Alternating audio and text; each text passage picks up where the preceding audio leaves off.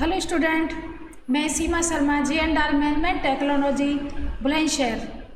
तो छात्रों, मैं आज आपको B.Ed फर्स्ट ईयर का पेपर कोड 102 का पेपर पढ़ाऊंगी, philosophical and sociological prospectives of education, शिक्षा के दार्शनिक एवं समाजशास्त्रीय परिदृश्य।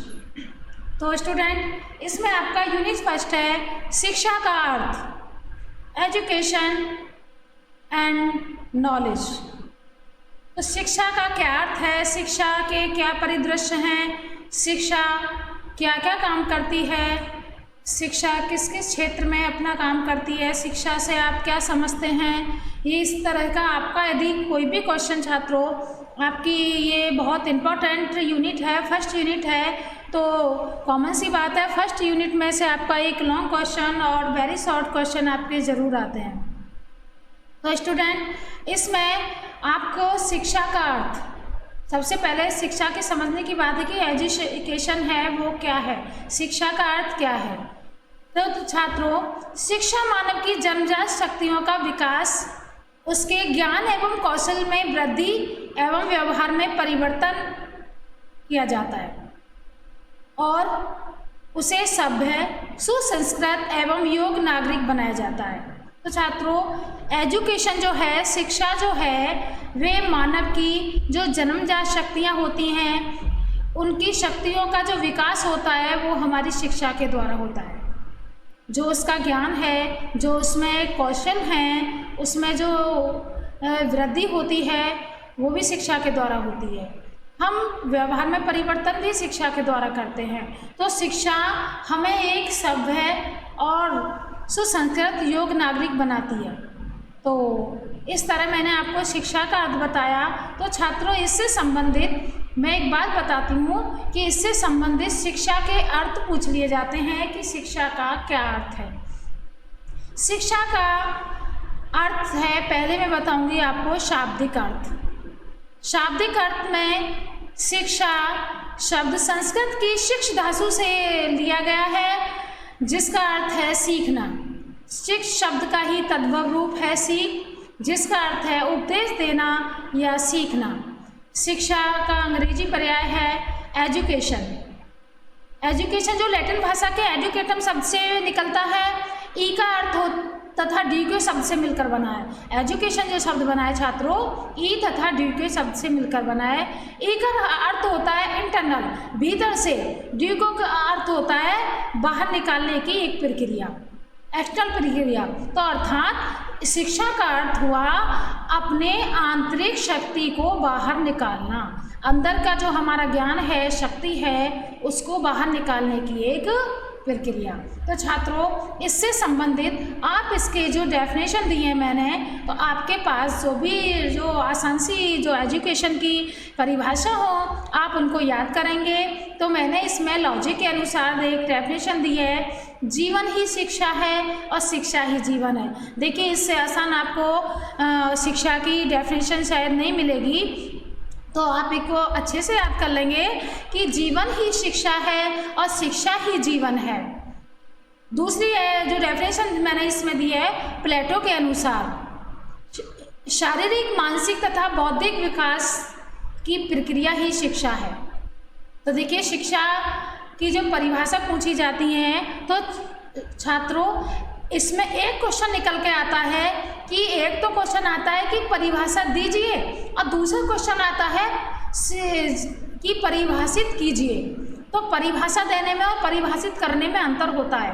तो ये मैं आपको बताती थी, जब आपसे परिभाषा पूछी जाती है तो सिर्फ आप जिसके द्वारा परिभाषा दी है, जो दार्शनिक हैं, फिलोसफर हैं, जिनकी शिक्षा दी है, वो आप केवल डेफिनेशन लिखेंगे।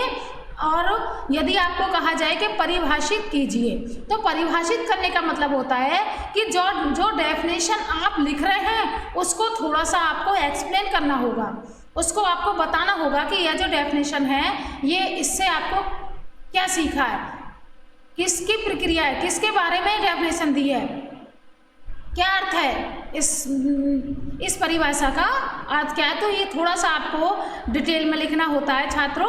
तो इसलिए परिभाषित पूछा जाए तो आपको थोड़ा सा व्याख्या एक्सप्लेन करनी होगी।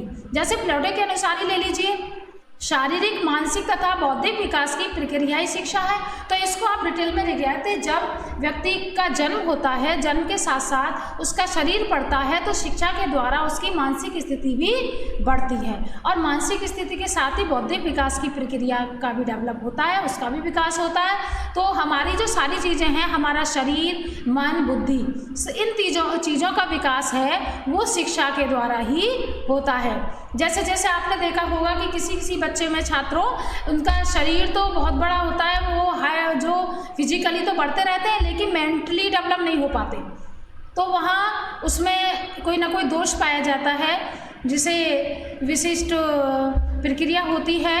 तो इससे हट करके हमारी जो शिक्षा है, इस तरह की प्रक्रिया होती है कि जिससे हमारा शारीरिक विकास के साथ साथ हमारा मानसिक और बौद्धिक विकास भी होता रहे। तीसरी डेफिनेशन दी है मैंने छात्रों ट्रू के अनुसार, शिक्षा नियंत्रित वातावरण में मानव विकास की क्रिया है। नियंत्रित वातावरण का मतलब है कि शिक्षा नियंत्रित वातावरण, एक सीमित क्षेत्र में, सीमित एरिया में रह करके जो भी आप पढ़ाई कर रहे हैं, तो उसका निश्चित पाठ्यक्रम होता है, निश्चित शिक्षा सदन होता है, निश्चित शिक्षक होते हैं, तो निश्चित समय होता है, किसी भी कोर्स करने का समय होता है। जैसे कि आपका बीएड है, बीएड द्विवर्षीय कोर्स है, 2 साल का कोर्स है, तो ये नियंत्रित वातावरण है, नियंत्रित है। तो इस वातावरण में मानव के विकास की जो क्रिया होगी, जिसमें वो अपना विकास करेगा, डेवलप करेगा, वही शिक्षा है। तो इस तरह देखिए, मैंने आपको परिभाषा और परिभाषित करने में जो अंतर बताया है, इसको आप ध्यान रखेंगे। आगे है शिक्षा की विशेषताएं। पहले भी जो आपने यूनिट पढ़ी हैं, सब में ये कॉमन चैप्टर है छात्रों। शिक्षा, शिक्षा का अर्थ, परिभाषा, शिक्षा का शाब्दिक अर्थ, शिक्षा का व्यापक अर्थ, शिक्षा का संकुचित अर्थ, इस तरह से 2 नंबर में ये क्वेश्चन पूछ लिए जाते हैं। आगे मैं आपको इसका भी बताऊंगी। तो शिक्षा की विशेषताएं, शिक्षा की विशेषताएं देखिए, हमारी जो शिक्षा है उसकी विशेषता क्या क्या है। पहला है, शिक्षा केवल विद्यालयों में प्रदत्त ज्ञान तक सीमित नहीं है, अर्थात हम इस शिक्षा को मान ली जाते हैं कि जो हमें स्कूल या कॉलेज में पढ़ाया जा रहा है वही हमारी सीधी शिक्षा है, लेकिन छात्रों ऐसा नहीं है। जो हमारी शिक्षा है वो हमारी असीमित है। शिक्षा को हम कहीं से, किसी से, किसी भी जगह हम ग्रहण कर सकते हैं, कहीं से भी सीख सकते हैं। जो अच्छी बातें हैं हम कहीं से भी सीख सकते हैं। दूसरा पॉइंट है, शिक्षा एक जीवन पर्यंत चलने वाली प्रक्रिया है, अर्थात जब बच्चा जन्म लेता है, परिवार में आता है, धीरे धीरे उसका विकास होता है। तो पहले परिवार से सीखता है, फिर समाज से सीखता है, फिर बड़ा हो जाता है, बाहर निकलता है, विद्यालय में सीखता है, अर्थात जन्म से मृत्यु तक चलने वाली प्रक्रिया मानी गई है शिक्षा। शिक्षा बच्चे को अंतर्निहित शक्तियों का विकास करती है। तो छात्रों, इसके बारे में बताती हूँ कि अंतर्निहित का मतलब होता है कि कुछ बच्चों के अंदर, आपने देखा होगा, अलग से प्रतिभा होती है। प्रतिभा संपन्न बच्चे होते हैं जिन्हें हम गॉड गिफ्टेड चाइल्ड भी कह देते हैं। जैसे किसी बच्चे में कलाकारी होती है, किसी में गाने का टैलेंट होता है, किसी में म्यूजिक बजाने का होता है, किसी में डांस का होता है, किसी में पढ़ने का शौक़ होता है। ये जो बच्चे हैं, इनमें कुछ ऐसे जो प्राकृतिक गुण होते हैं जिन्हें हम गॉड गिफ्ट बोल देते हैं। ऐसे जो गुण होते हैं, उन जो अंतर्निहित जो शक्तियाँ होती हैं, उनका विकास शिक्षा के द्वारा होता है। हम बच्चों में वो टैलेंट देखते हैं, फिर उसी क्षेत्र में उनको शिक्षा देते हैं, उसे बढ़ावा मिलता है और उसी क्षेत्र में उसका विकास होता है। अर्थात अगला है, शिक्षा एक गत्यात्मक प्रक्रिया है। शिक्षा एक गत्यात्मक मतलब डायनामिक, जो चलती रहती है। शिक्षा गतिशील प्रक्रिया है जो कभी रुकती नहीं है। आप कहीं भी जाएंगे, किसी भी क्षेत्र में जाएंगे, ये नहीं विद्यालय में ही, विद्यालय के अलग भी बहुत सारे स्थान हैं, सिनेमा घर हैं, पिकनिक है, आप कहीं घूमने जाते हैं, किसी टूरिस्ट पे जाते हैं, आप कोई हिस्टोरिकल बिल्डिंग देखते हैं, वहाँ पर भी आपको सीखने को मिलता है। तो ये जो प्रक्रिया है हमारी हमेशा गतिशील रहती है। तीसरा है, शिक्षा एक द्विध्रुवीय प्रक्रिया है।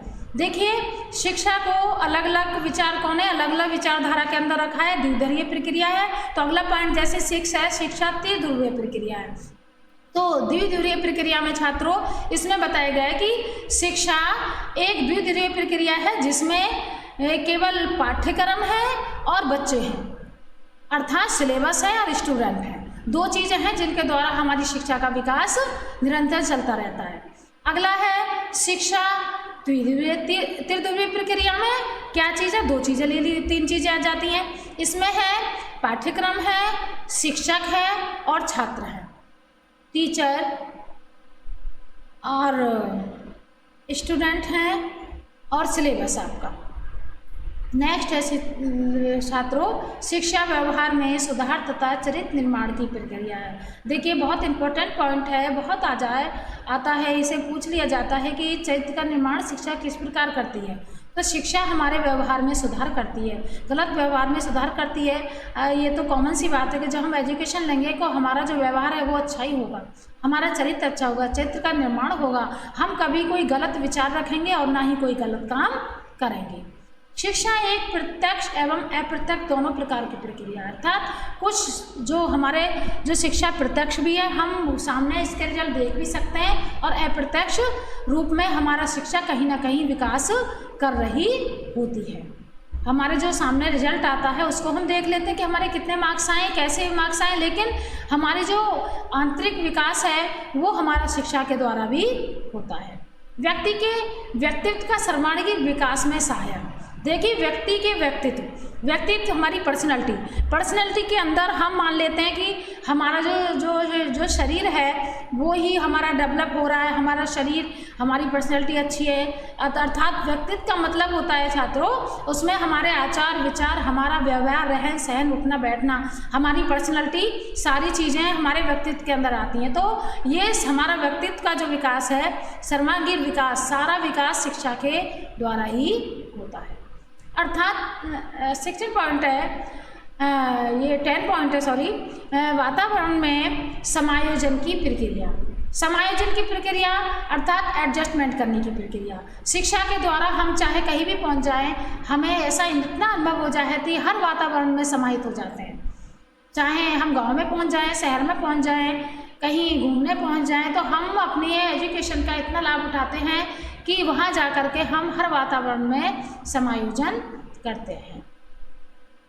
11 पॉइंट है अनुभवों के संवर्धन में सहायक। हमारे जो अनुभव हैं उनको बढ़ाने में हमें शिक्षा बढ़ावा देती है। हमारे एक्सपीरियंस है, जैसे जैसे हम जहाँ जाते हैं वहाँ के अनुभव हमें बताते हैं और अनुभव के साथ हम उनमें कुछ नया सोचते हैं। अपनी शिक्षा के द्वारा नया कुछ करने का अनुभव हमें होता है और फिर हम करते हैं और हमारा व्यवहार परिवर्तन होता है, तो वही हमारी शिक्षा का में फ़ायदा लगता है, वही हमारी शिक्षा है जो हमें सहायक करती है। तो इस प्रकार देखिए शिक्षा द्वितीय प्रक्रिया के रूप में शिक्षक, जो कि एडम्स ने बताया है, इसमें दो चीज़ें आती हैं, शिक्षक और शिक्षार्थी। एडम्स के द्वारा कौन सी चीज़ें आती हैं, शिक्षक और शिक्षार्थी। और त्रिध्रुवीय प्रक्रिया डीबी के द्वारा है। तो देखिए ये पूछ लिया जाता है 2 नंबर में भी स्टूडेंट कि जॉन डीबी की त्रिमुखी प्रक्रिया के अंदर कौन कौन सी चीज़ें हैं। तो इसमें जॉन डीबी ने 3 चीज़ें बताई छात्रों, शिक्षक, छात्र और पाठ्यक्रम। ये एडम्स के अनुसार, डीबी के अनुसार, इसको आप जो ध्यान रखेंगे। अगला है शिक्षा के प्रकार। देखिए मैंने बताया आपको कि शिक्षा जो है वो हमारी कई प्रकार की शिक्षा है, जिसके बारे में मैंने थोड़ा थोड़ा इसमें बताया है, तो इसको समझने में आपको बहुत सहायता होगी, आप इसको समझ लेंगे। मैं आपको बताती हूँ। पहली है हमारी सामान्य शिक्षा। शिक्षा का प्रमुख कार्य है माध्यमिक स्तर तक बालक को सामान्य शिक्षा प्रदत्त करना है। भारत में स्वतंत्रता के पश्चात सर्व शिक्षा को मुक्त एवं आवश्यक बना दिया गया है। देखिए आवश्यक शिक्षा, जो कि हमारी जो निःशुल्क शिक्षा अभियान है वो आवश्यक शिक्षा है, जिसे निःशुल्क बनाया है कि हर बच्चे को निःशुल्क शिक्षा दी जाएगी। सामान्य शिक्षा है जिससे कोई भी अशिक्षित ना रहे। दूसरा है विशिष्ट शिक्षा। इसका उद्देश्य व्यक्ति को किसी एक विशेष कौशल में कुशल बनाना है, जैसे मैकेनिकल हैं, इंजीनियर हैं, डॉक्टर है, प्रबंधन है, संस्थाएं हैं, कंप्यूटर क्षेत्र में है, तकनीकी क्षेत्र में है। जैसे आपका बीएड का कोर्स है जिसमें आप टीचिंग लाइन में जाते हैं, ये आपकी एक विशेष प्रकार की शिक्षा है जिसमें विशिष्ट प्रकार की शिक्षा दी जाती है, जिसे उसी में उसे कुशल बनाया जाता है। अब आती है 3rd नंबर प्रत्यक्ष शिक्षा। इस प्रकार की शिक्षा में शिक्षक छात्र का प्रत्यक्ष संबंध होता है, अर्थात आमने सामने बैठ करके छात्र अपनी समस्या को बताते हैं और शिक्षक उनकी समस्या का समाधान करता है। अप्रत्यक्ष शिक्षा, देखिए अप्रत्यक्ष शिक्षा जिसे आप इग्नू द्वारा भी पढ़ते हैं, जैसे इंदिरा गांधी मुक्त विश्वविद्यालय है, पूरे विश्व में ये क्षेत्रों में अप्रत्यक्ष शिक्षा प्रदान कर रहा है, जिसे आप घर बैठ करके शिक्षा दे सकते हैं। इसमें छात्र और शिक्षक आमने सामना नहीं होता, जिसे आप अपनी पढ़ाई अपने तरीके से करके एग्जाम्स देते हैं और आपकी पढ़ाई पूरी हो जाती है। नेक्स्ट पॉइंट है व्यक्तिगत शिक्षा। प्राचीन स्तर में जैसे व्यक्तिगत शिक्षा का मतलब है प्रत्येक एक व्यक्ति पर पर्सनल ध्यान देना, जैसे कोई बच्चा हमारी क्लास में कमज़ोर है या उसे कोई परेशानी है या मेंटली डिस्टर्ब है, हम उसे किस प्रकार की शिक्षा देंगे।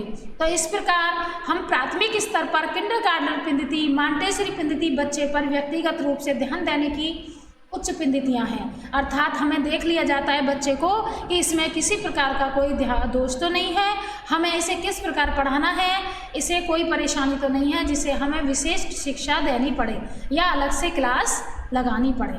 तो व्यक्तिगत शिक्षा होती है। अगला है सामूहिक शिक्षा।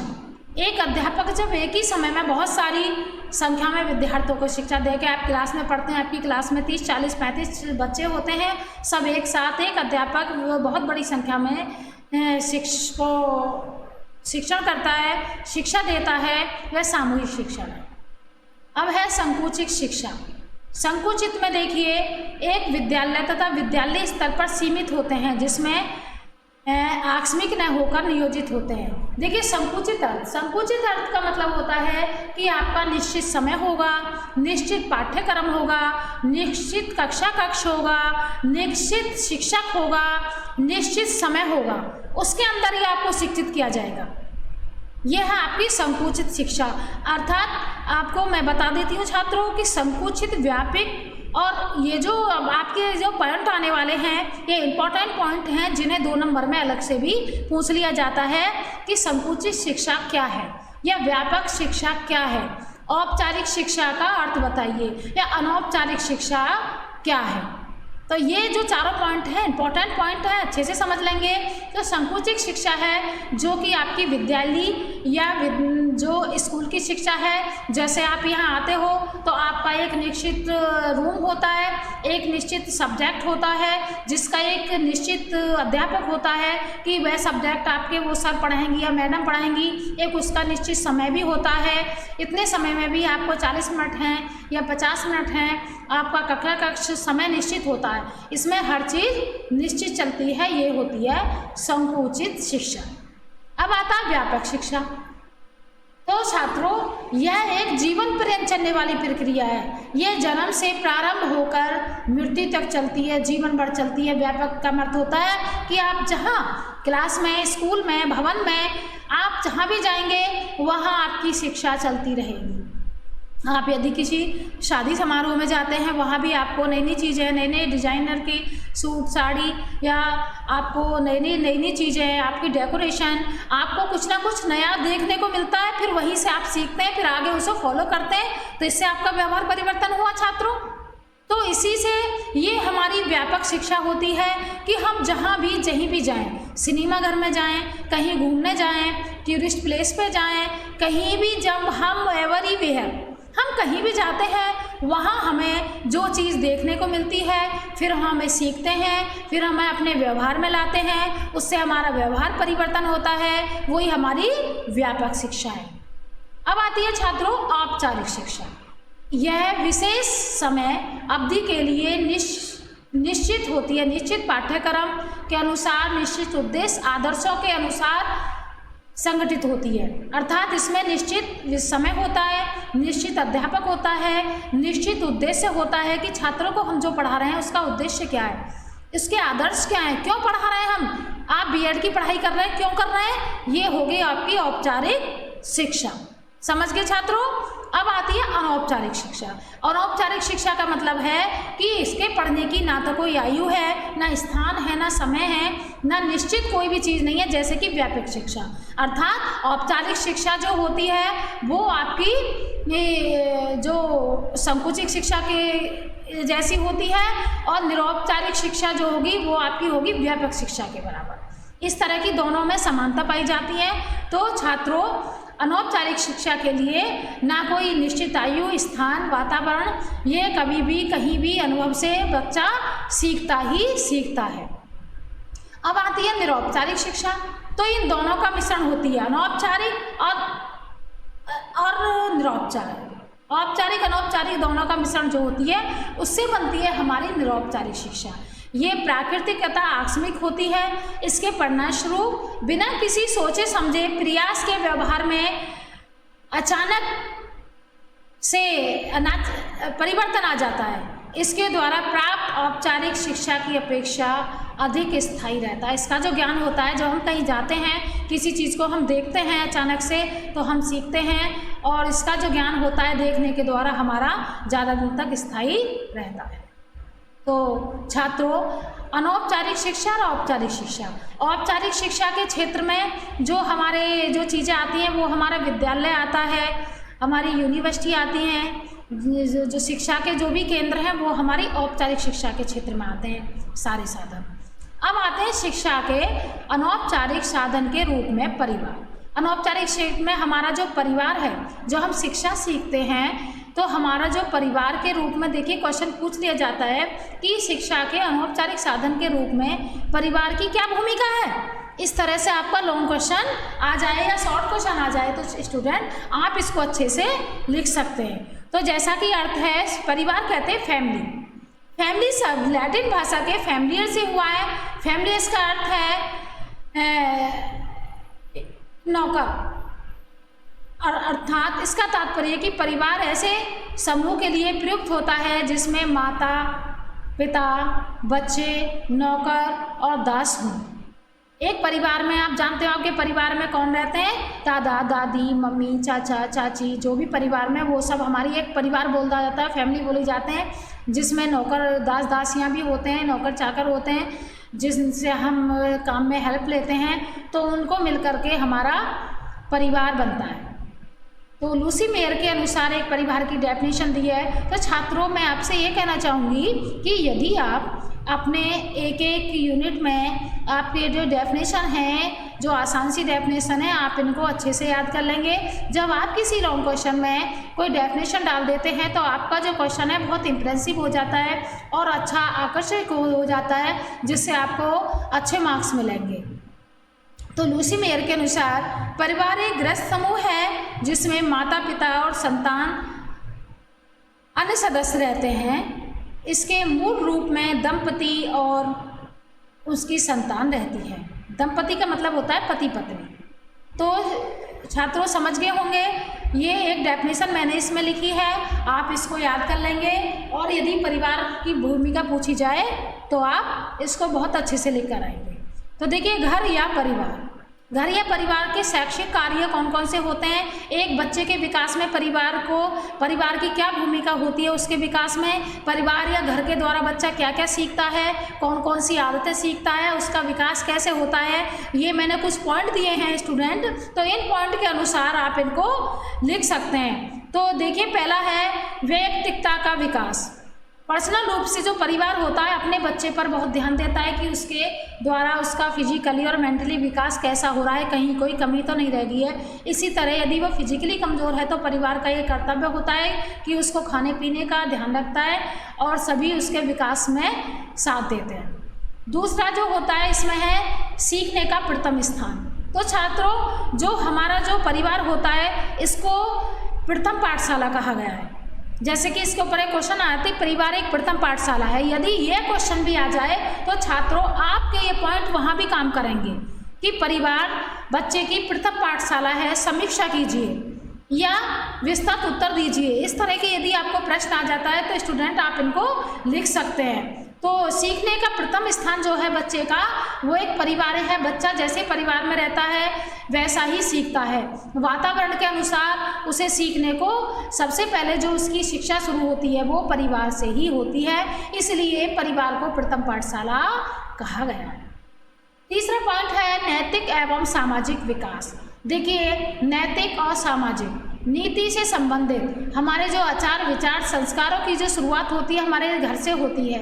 हमारे परिवार का कैसा माहौल है, कैसे माहौल में हम रह रहे हैं, हम गुड मॉर्निंग करते हैं या हम राधे राधे कहते हैं। हमारे परिवार में सुबह उठ के हम आपस में एक दूसरे को किस प्रकार सुप्रभात करते हैं, कैसा संबोधन करते हैं, कैसे ये जो अनुशासन में रहते हैं, इसका प्रभाव सबसे ज़्यादा बच्चे पर अपने परिवार का ही पड़ता है। और परिवार से अलग हटके जब फिर वो समाज के लोग उसके घर आते हैं या समाज में निकलता है तो वहाँ से उसकी जो है प्रशिक्षण शुरू हो जाता है। वहाँ की आदतें, वहाँ की संस्कृति, वहाँ का विकास वो सीखने लगता है। चौथा पॉइंट है छात्रों, अन्य व्यक्तियों से अनुकूलन। अर्थात बच्चा जब समाज में बाहर निकलने लगता है तो उसे ये समझ आने लगता है कि मुझे दूसरों के साथ कैसा व्यवहार करना है, कैसे व्यवहार के साथ रहना है, किस तरह का व्यवहार मुझे करना है। तो तीसरा पॉइंट है नैतिक आदतों का निर्माण। तो देखिए, अच्छी बुरी आदत जो बच्चा है सबसे पहले परिवार से सीखता है, परिवार के बाद समाज से सीखता है, समाज के बाद फिर वो बाहर निकलता है, स्कूल में जाता है, वहाँ उसके मित्र बनते हैं, वहाँ की उनकी आदतों का निर्माण होता है। तो इसलिए मैं ये कहूँगी कि अपने बच्चों में अच्छी आदतों का विकास करने के लिए हमें अपने अच्छे परिवार का वातावरण जो हो वो अच्छा बनाना पड़ता है कि ताकि हमारे बच्चों में अच्छी आदतों का निर्माण हो सके। शुरू से ही उसमें अच्छे संस्कारों का निर्माण होगा तो आगे चलकर भी एक बहुत अच्छा इंसान बनेगा, बहुत अच्छा प्राणी बनेगा, समाज सेवी बनेगा, राष्ट्र प्रेमी बनेगा। अब है सामाजिक व्यवहार का आधार। जब बच्चा समाज में निकलता है तो उसे व्यवहार का आधार जो पता चलता है, उसी के आधार पर वो अपना व्यवहार परिवर्तन करता है। अब है मूल्यों और आदतों का विकास।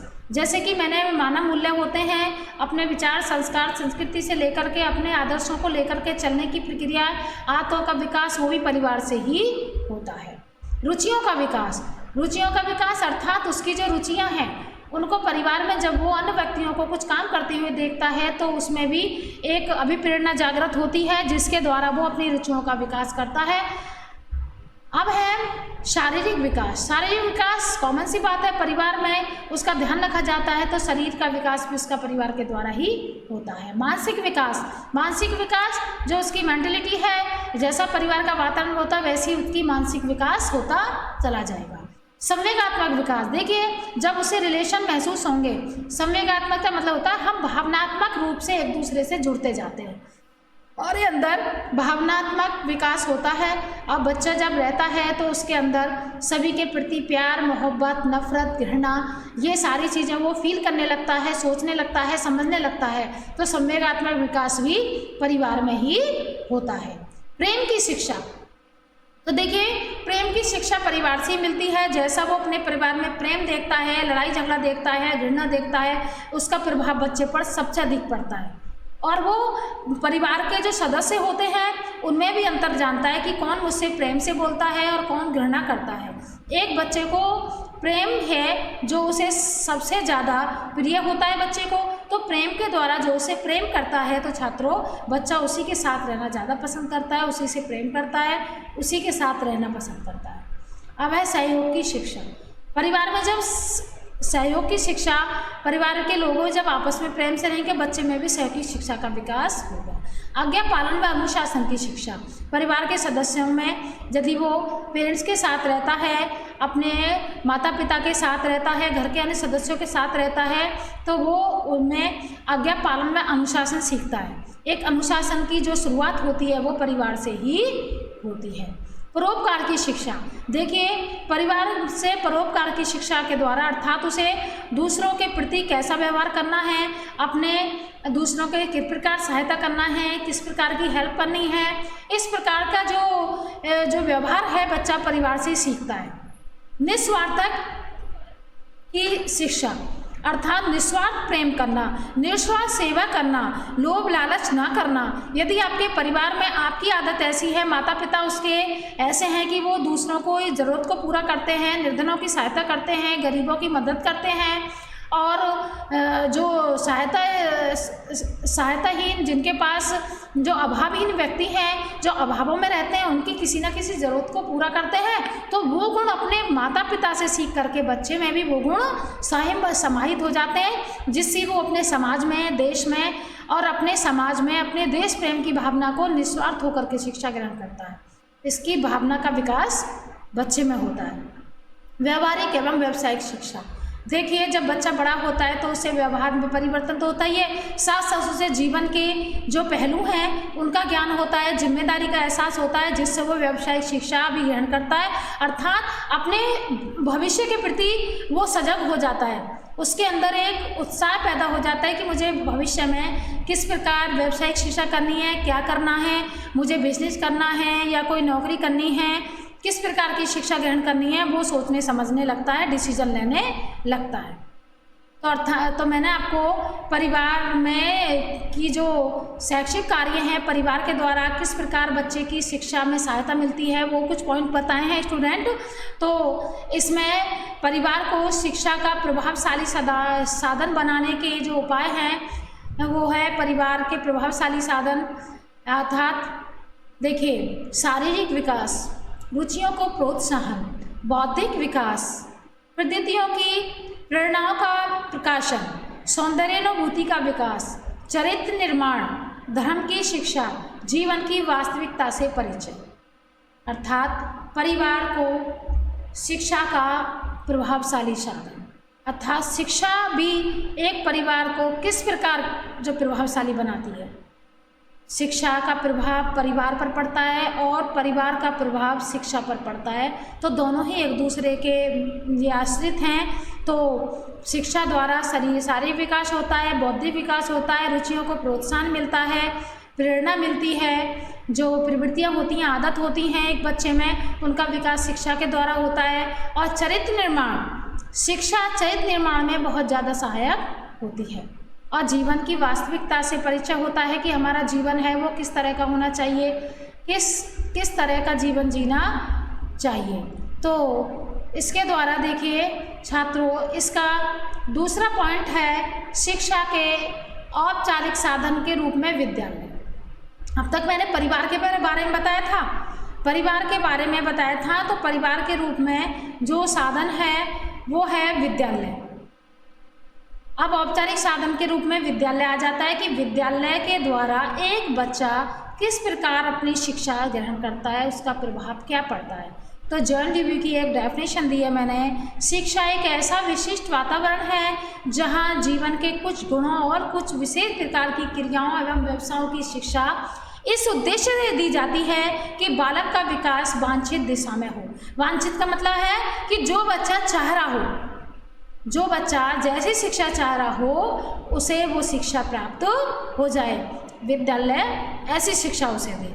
तो देखिए विद्यालय की आवश्यकता एवं महत्व कि जो विद्यालय है वो किस प्रकार आवश्यक है शिक्षा ग्रहण करने के लिए। विशिष्ट वातावरण की व्यवस्था, अलग से एक वातावरण जो है बच्चे को मिलता है वो विद्यालय में जाकर के मिलता है। वो जिस प्रकार की शिक्षा लेना चाह रहा है, बिजनेस से संबंधित है, किसी प्रकार से संबंधित शिक्षा है, तो छात्रों वो कैसी शिक्षा लेना चाह रहा है, तो इसका जो है वो विद्यालय के द्वारा ही एक विशिष्ट शिक्षा इंजीनियर की है, डॉक्टरी की है, या वो कलाकार बनना चाह रहा है, डांस बनना चाह रहा है, तो विविध प्रकार के सभी के कॉलेज होते हैं, सभी के स्कूलों के में सभी प्रकार की व्यवस्था होती है। तो ये वातावरण उसे विद्यालय ही दे सकता है। घर की शिक्षा का श्रेष्ठ स्थान विद्यालय, घर से शिक्षा का अर्थात घर पर तो बच्चा सीखता ही सीखता है, लेकिन उससे जो श्रेष्ठ का जो उससे संबंधित जो उसका एक लक्ष्य होता है, एक एम होता है एक बच्चे का कुछ बनने का, तो वो शिक्षा उसे विद्यालय में ही प्राप्त होती है। बहुमुखी सांस्कृतिक चेतना का विकास होता है। वहाँ पर बहुत प्रकार के जब विद्यालय में अलग अलग संस्कृति के लोग आते हैं, अलग अलग धर्म के लोग आते हैं, उनके अलग अलग जो त्यौहार होते हैं, अलग अलग जो कल्चर के लोग आकर के एक साथ मिलते हैं, तो बच्चे में वो संस्कृति सीखने की प्रतिभा विकसित होती है। व्यक्तित्व का सामंजस्यपूर्ण विकास, अर्थात व्यक्ति जब दूसरों के संपर्क में आता है तो दूसरों की जो आचार विचार, जो उसका व्यवहार है, उसके द्वारा वो सीखता है। घर व विश्व को जोड़ने वाली कड़ी, देखिए विद्यालय जो है वो घर और विश्व को जोड़ने वाली कड़ी बताया गया। देखिए छात्रों, इससे संबंधित क्वेश्चन पूछ लिया जाता है कि जो विद्यालय है वो घर और विश्व को किस प्रकार जोड़ता है। तो देखिए घर पर तो एक सीमित दायरे में रह करके बच्चा ग्रहण करता है, लेकिन जो विश्व के अर्थात अंतर्राष्ट्रीय लेवल के जो शिक्षा है वो विद्यालय के अंदर ही मिलती है, क्योंकि एक विद्यालय में सभी दूर दूर के देशों के क्षेत्रों के बच्चे आते हैं जो कि एक दूसरे की संस्कृति और वहाँ के रीति रिवाजों को सीखते हैं, जिससे वहाँ देश प्रेम की अंतर्राष्ट्रीय लेवल पर एक शिक्षा का सामंजस्य होता है और वो उसमें विकास करता है। शिक्षित नागरिकों का निर्माण, विद्यालय शिक्षित नागरिकों का निर्माण करता है। विद्यालय जो नागरिकों को एक शिक्षित बना करके बाहर भेजता है, जिससे वो अपना विकास कर सके, देश का विकास कर सके, समाज का विकास कर सके। समाज का निरंतर विकास, जब कॉमन सी बात है, जब बच्चा पढ़ा लिखा होगा, एक नवयुवक समाज में रहेगा, पढ़ा लिखा समाज होगा, समाज में जो कुरीति होंगे, विचार होंगे, वो नए होंगे। जीवन की जटिलता, बहुत सारे जीवन में बहुत सारी समस्याओं का सामना करना पड़ जाता है। तो स्टूडेंट इसमें यदि हम शिक्षित हैं तो हम किसी समस्या से आसानी से निकल सकते हैं। आदर्शों में विचारधाराओं का प्रकार, विद्यालय आदर्श और विचारधाराओं का प्रसार करता है। इसमें जो हमारे आचार विचार हैं, नीति हैं, उनको हम प्रसार कर सकते हैं। अब देखिए विद्यालय के कार्य जैसे कि मैंने अभी आपको ये पॉइंट बताए हैं वो आपके विद्यालय के बारे में हैं, विद्यालय के कार्यों के बारे में। विद्यालय किस प्रकार अपना कार्य करता है, मानसिक शक्तियों का विकास करता है। एक जब स्टूडेंट आता है तो उसकी जो मानसिक शक्तियाँ, उसका जो विश्वास है वो आकर के विद्यालय में बढ़ता है, जिसकी वो शिक्षा ग्रहण करता है, उसकी वो शिक्षा ग्रहण करके अपने लक्ष्य को प्राप्त करने में उसे बहुत सहायता मिलती है। चारित्रिक विकास होता है, सामाजिक भावना का विकास होता है, नागरिकता के गुणों का विकास होता है, शारीरिक विकास होता है, सांस्कृतिक विकास होता है, व्यावसायिक विकास होता है व औद्योगिक विकास होता है। बच्चा अपनी जो उसका लक्ष्य है, जिस प्रकार की वो शिक्षा ग्रहण कर रहा है, वो उसे एक व्यावसायिक या औद्योगिक तौर पर उस शिक्षा को पूरा करके अपने भविष्य के हेतु एक आय का जरिया और अपनी व्यावसायिक शिक्षा को पूरा करके अपना जीवन उज्जवल बनाता है, अपने भविष्य को अच्छा बनाता है। तो छात्रों, विद्यालय को प्रभावशाली साधन बनाने के लिए कुछ सुझाव मैंने दिए हैं। यदि आपका लॉन्ग क्वेश्चन आता है तो छात्रों इन पॉइंट को आप डाल सकते हैं, तो आप डाल सकते हैं छात्रों। तो इसके द्वारा विद्यालय के जो पॉइंट है, विद्यालय किस प्रकार जो महत्वपूर्ण है, किस प्रकार की हमारे जो पॉइंट मैंने आपको बताए, इनको आप लिखेंगे, अच्छे से करेंगे। तो इसमें जो ये है, पहला है विद्यालयों का प्रजातंत्रीय स्वरूप। प्रजातंत्र का मतलब है कि वहाँ पर विद्यालय के बहुत सारे लोग, जगह जगह के लोग, विशेष संस्कृति के, नए नए कल्चर के सभी लोग एक प्रजातंत्रीय स्वरूप बन जाता है। सभी एक लोकतंत्र के रूप में सभी खुल करके सभी धर्म के लोग एक साथ शिक्षा ग्रहण करते हैं। बालक के व्यक्तित्व पर बल, बालक के व्यक्तित्व का निर्माण होता है और व्यक्तिगत भिन्नताओं पर बल। व्यक्तिगत भिन्नताओं का मतलब है कि एक अलग अलग व्यक्ति में अलग अलग गुण होते हैं, सभी में एक से गुण नहीं होते हैं, सबके आचार विचार अलग होते हैं।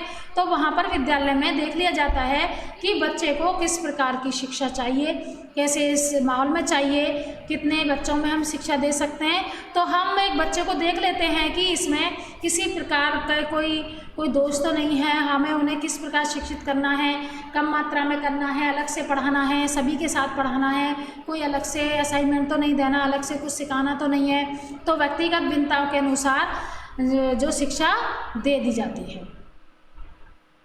अब है मनोवैज्ञानिक वातावरण। मनोवैज्ञानिक वातावरण में हमारा जो स्टूडेंट है उसके हम मेंटलिटी देखते हैं, उसे एक अलग से वातावरण देते हैं जिससे वो अच्छी तरह सीख सके।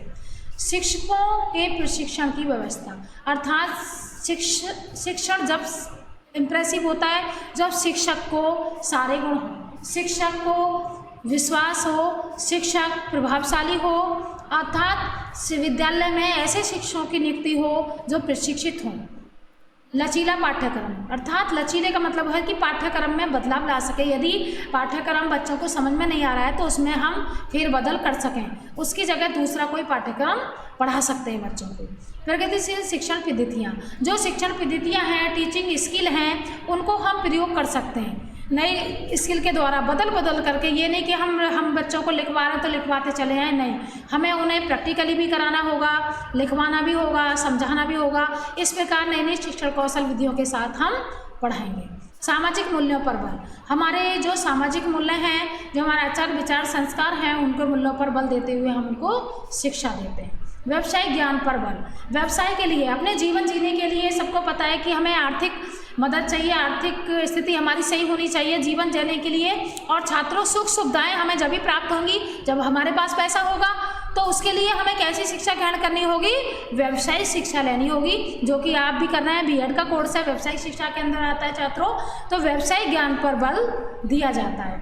अन्य साधनों का सहयोग, अन्य साधनों के द्वारा हम अपनी जो टीचिंग है इम्प्रेसिव कर सकते हैं, जैसे कंप्यूटर है, OHP है, बहुत सारे साधन ऐसे हैं जो हमें शिक्षा को बहुत अच्छी प्रक्रिया के द्वारा हम बच्चों को पढ़ा सकते हैं।